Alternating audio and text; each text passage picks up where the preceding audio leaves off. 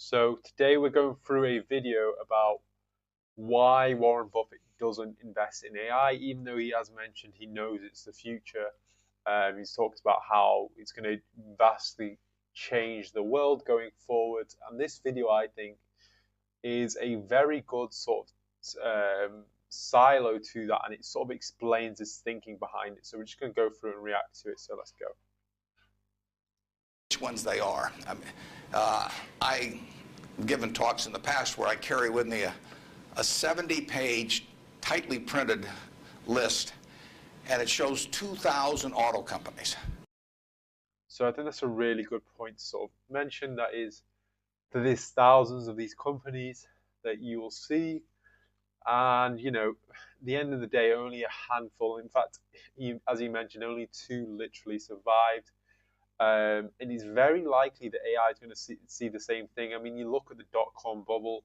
So how many of those dot-com bubbles, how many of those dot-com companies actually turned out to be Amazon? There's not very many that you can say for certainty with. And I think the main thing here is that, like, there just isn't the return for the risk you're taking on, really. Because a lot of these businesses, particularly businesses where there's a lot of promise behind them, the valuations are quite stretched. There's a lot of risk because most of these aren't profitable. Like, it's very hard to distinguish which are going to be the winners. Now, you could probably say that, Nvidia and Palantir are more likely to, but even then, like, it's very difficult to say. Like, Kodak back in the day looked to be a very strong business. It was already profitable as well. I mean, that's sort of the reason behind, like, why, for me personally, I don't look to invest in any business that generally has the word AI in its name. I mean, if you're going to give it me at value prices, it's already profitable and it's grown immensely, and I know there's no immediate looming threat, then maybe sure, but like, it's very difficult, and you almost won't see me invest in it. In fact, it's something I actively avoid, and sort of the reason why Warren Buffett and Charlie Munger have actively sort of avoided these sort of plays. If we just go into a bit more. Now, if at the start of the 20th century, you had seen what the auto was going to do to this country, the impact it would have on the lives of then your children and grandchildren and so on. It transformed the American landscape. But of those 2,000 companies, 3 basically survive, and they haven't done that well many times. So how do you pick 3 winners out of 2,000? I mean, it's not so easy to do. Yeah, again, he's sort of touching on the point that it's very difficult to select the top 3 out of, these hundreds and thousands of companies. I mean, the amount of companies that you see with, like, AI in their name, like one I can instantly think of is Big Bear AI. It's just so many different, like, types of companies that just have AI.com.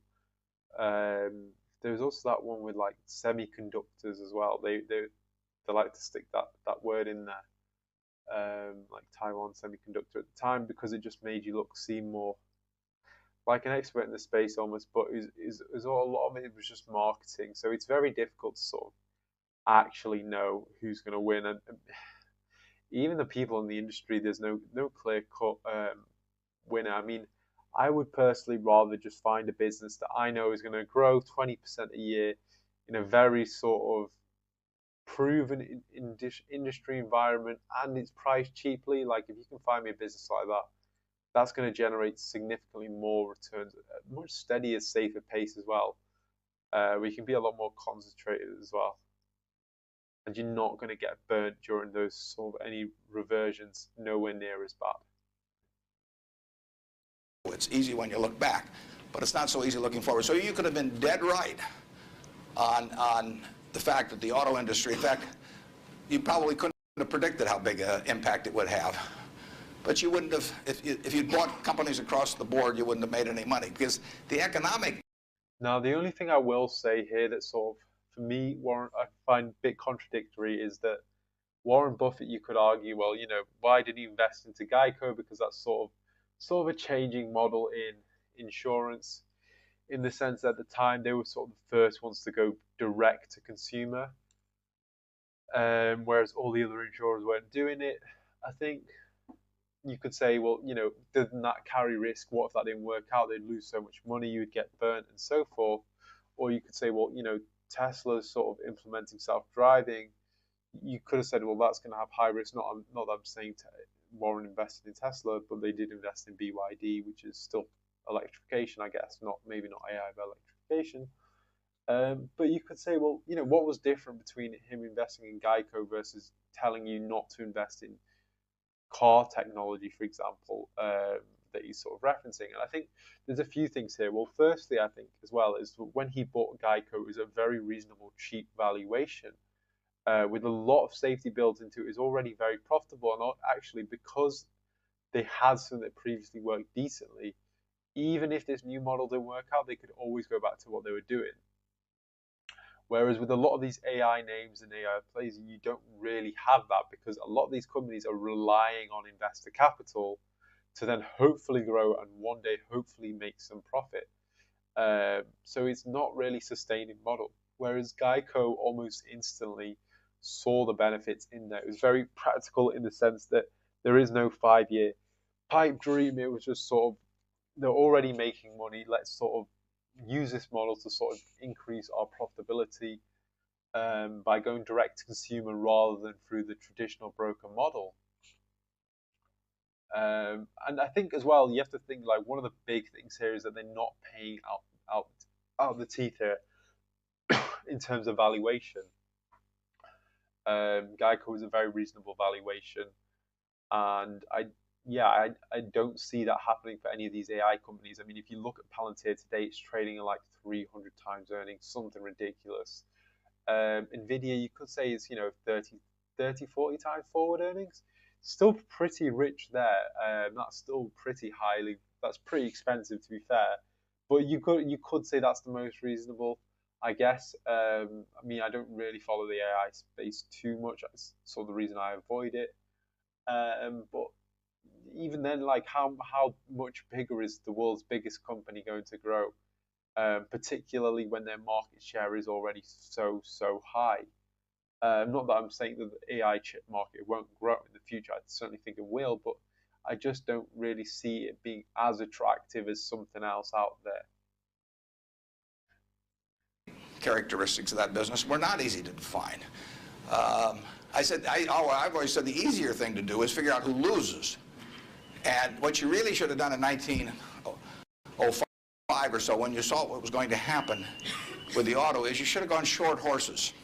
There were 20 million horses in 1900, and there's about 4 million horses now. So it's easy. Whilst he does say go short horses, I think he means that sort of part tongue in cheek there because I mean Warren Buffett it never really goes short. As he is like to say previously, it's a bit of a dark art in the sense that you have unlimited risk in a sense, and also um, you have a fixed reward. Whereas investing in equities, obviously, you have the opposite. You have a limited downside, assuming you're not losing leverage, and you have, if you're correct, you have opportunity for much higher returns. The only other thing I'd sort of say is, well, I'm not too fond of shorting because it's like, well, I mean, to be honest, like for me, it's pretty obvious that certain industries are going to go away with AI occurring, but I think the thing is, well, how money costs, time costs money. So how are you going to know exactly when that's going to occur? And also, I think you'd be surprised a lot of the time by how slow things actually move. I think innovation actually takes a lot longer than people think it does.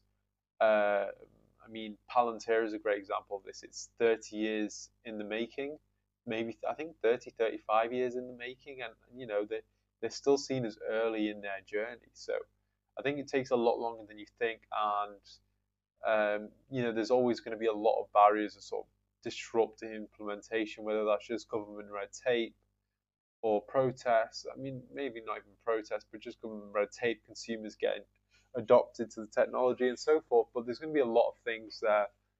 So even then, going short, I'm not really too big of a fan on, because again, timing is very difficult. And even if you do, I mean, the reward is only like you double your money, which sounds amazing. If you're going short, but I mean, is it really worth it when you could probably do something a lot? You could probably double your money in a lot safer ways without having to take on any timing risk as well, because that's sort of starting to stray away from fundamental investing. To figure out the losers. The loser is the horse. But the winner was the auto overall. But 2,000 companies just about failed, a few merged out and so on. There were 3 companies, auto companies. Sorry, internet had cut out earlier. Let's go. Auto companies in the Dow Industrials in the 1920s and 30s. Studebaker, Nash Kelvinator, and Hudson Motor. Now those names are all familiar to me, and maybe some of them are familiar to you, but they're not making any cars. They didn't make money, and yet at one time they were in the Dow 30. They were the aristocrats of American business. Yeah, so that's sort of my point with Nvidia here, where I mean, Nvidia is obviously massive. It's the world's biggest company. But how can you know that, like, and when I say Nvidia, just replace it with any other sort of mid small cap AI company, really. It's like, well, even the biggest companies, biggest motor companies at the time, they had seemingly seemed very safe. They've been paying out these dividends consistently year after year after year, which just indicated they were incredibly stable and profitable, really. And now, now I don't for me, I don't recognize a single name that you mentioned there, and they were the sort of the cream of the crop there. So how do you know that that's not going to apply for AI? Like, what's going to cause it for you to differ? Whereas at least if you bought it at like a fair valuation, you're protected a bit there. You've got a bit of protection. You've got a good amount of assets. You relative to the market cap, you're protected there. So, and the earnings that it will generate over the time you hold it, so it protects you a bit in that sense. Whereas here, I mean, if I'm going to be paying 100 times for a company, 100 times earnings, and I'm not even too sure they're going to be around for the next 5 years, to me, it's not a great risk reward trade-off. And they got creamed. So figuring out the economic characteristics of the winners in a wonderful business is not easy. In North Carolina, Orville and Wilbur took off, or I guess Orville took off and Wilbur watched. Yeah, so I think that's pretty much it. That wraps up for that sort of clip that I wanted to talk about. Yeah, that's sort of the reason behind like why I generally stay away with anything that has .com. I mean, you don't really see many .coms nowadays, but anything that has AI in its name,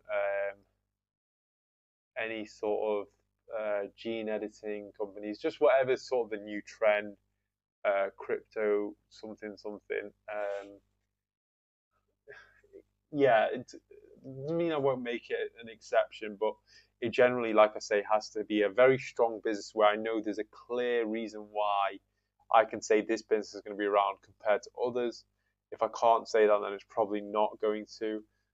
Valuation has to be very attractive, so we're talking, very conservative valuation, consistent growth, and then profitable as well, because I need to have that downside protection there as well. But yeah, I think that's why I think a lot of these, like, there is a fairly big fallacy here that Warren Buffett points out, which is these AI company. Everyone knows AI is going to be the future, but you can't say with certainty which AI company is going to be the future, and that's sort of the difficulty.